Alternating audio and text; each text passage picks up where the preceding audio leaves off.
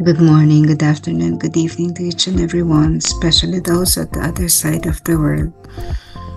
There is no time and space between us, there is only this present moment, and we are one. Today, on diary entry number 1189, a sentence from Saint Vincent de Paul. The Lord always sets his hand to a task when he removes all human means and orders us to do a thing that exists our strength. Isang pangungusap mula kay San Vicente de Paul. Ang Panginoon ay palaging naglalagay ng kanyang kamay sa isang gawain kapag siya ay nag-aalis ng lahat ng paraan ng tao at nag-uutos sa atin na gawin ang isang bagay na higit sa ating lakas. The Lord removes all human means. So kapag meron tayong gawain, ginagawa, isang atas, isang bagay na lagpas sa ating kakayahan, we know our limitation, of course. We know when this thing that is challenging us at the present moment, for instance, is beyond our capacity. Alam natin yun, no? Pero, kahit ganon, pag dumating ang pagkakataon na iyon, isipin mo, hindi tayo pinababayaan ng Diyos. Lagi siyang nandyan, aalalay sa atin.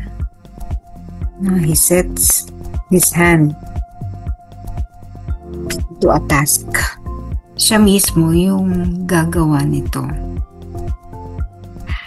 Kumbaga yung limit natin, sasagarin para malaman natin kung hanggang saan ang kaya natin.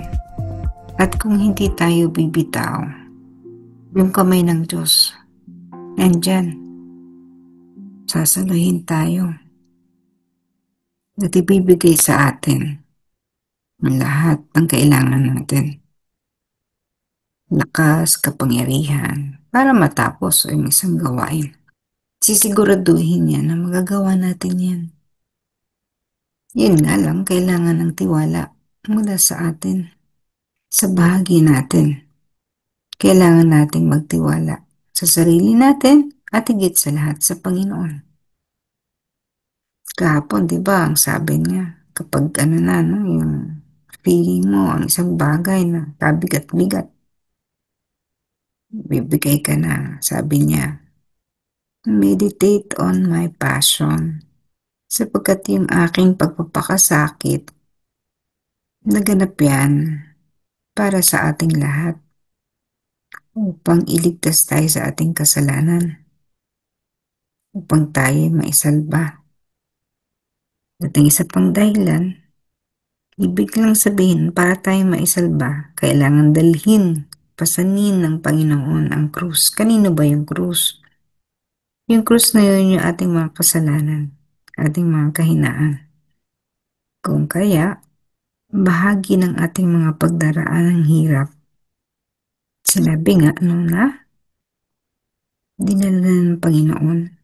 Kakonti na lang natitira sa atin, kaya kayang-kaya na natin yan, caring-carry na natin. Caring-carry, ibig sabihin, kayang-kaya nating pasanin. Kasi nga, pinasan na ng Panginoon ang isang bahagi ng ating mga paghihirap. Kung kaya kapag lagpas na ang isang bagay, isang pagsubok sa ating kakayahan, sa ating lakas, doon papasok yung Panginoon para bigyan naman tayo ng lakas, karagdagang lakas, para maitawid natin ating sarili, para masolusyonan natin kung ano man, magkaroon ng solusyon kung ano man ang ating kinakaharap. Ganyan tayo kamahal ng Panginoon. Ang ninanaisin niya lagi ay malagpasan natin ang mga pagsubok.